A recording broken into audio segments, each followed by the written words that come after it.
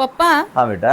Doctor Babasaheb Ambedkar राजकीय उडाणटप्पू असं कुणाला म्हणाले होते? काय बेटा, एक IAS अधिकारी होते करतार सिंग नावाचे. पोलोनियस या टोपण नावाने ते आपले अनुभव, आपले विचार, आपले लेख विविध वर्तमानपत्रातून लिहायचे. तर हे पोलोनियस म्हणून जे टोपण नाव धारण करून करतार सिंग लिहायचे, त्यांनी हा किस्सा जय भीम या मद्रासहून निघणाऱ्या नियतकालिकामध्ये प्रसिद्ध केला आहे. 13 एप्रिल 1947 ला डॉक्टर बाबासाहेब आंबेडकर हयात असताना, त्यांच्याशी चर्चा करत असताना जेव्हा डॉक्टर बाबासाहेब आंबेडकरांनी त्यांच्याशी संवाद साधला, तेव्हा राजकीय उडाणटप्पू असा जो शब्दप्रयोग आहे, जे राजकीय पुढारी आपल्या समाजाला धोका देतात, स्वतःच्या व्यक्तिगत स्वार्थासाठी राजकारण करतात, अशा लोकांना डॉक्टर बाबासाहेब आंबेडकरांनी राजकीय उडाणटप्पू असं म्हटलेलं आहे. या आपल्या आठवणीमध्ये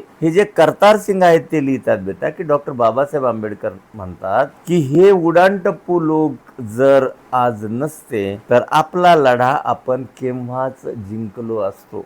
एक वेळ शत्रूंशी लढा देणं सोपं आहे, परंतु आपले जे हितशत्रू आहेत, घरातले भेदी आहेत, त्यांच्याशी आपल्याला लढा देणं केवळ अशक्य गोष्ट आहे. म्हणून समाजाला मार्गदर्शन करताना डॉक्टर बाबासाहेब आंबेडकर सांगतात की अशा राजकीय उडाणटप्पू लोकांपासून आपण सावध राहिलं पाहिजे. आणि तू बघितलं असेल बेटा, बघते आहेस तू की या देशातले डॉक्टर आंबेडकरांच्या नावानं राजकारण करणारे अनेक लोक आज जे आपले हितशत्रू आहेत, जे न्यायाला विरोध करतात, स्वातंत्र्य, समता, बंधुत्व आणि लोकशाहीला विरोध करतात, संविधानाला विरोध करतात, त्यांच्या सोबत ते राजकारण करत आहेत, त्यांच्या सोबत ते सत्तेत बसलेले आहेत. अशा लोकांना डॉक्टर बाबासाहेब आंबेडकरांनी राजकीय उडाणटप्पू अशी संज्ञा दिलेली आहे, किंवा अशा लोकांपासून समाजाने सावध राहिलं पाहिजे, अशा पद्धतीचं मार्गदर्शन डॉक्टर बाबासाहेब आंबेडकरांनी केलं होतं. आणि अशा लोकांच्या मागे आपण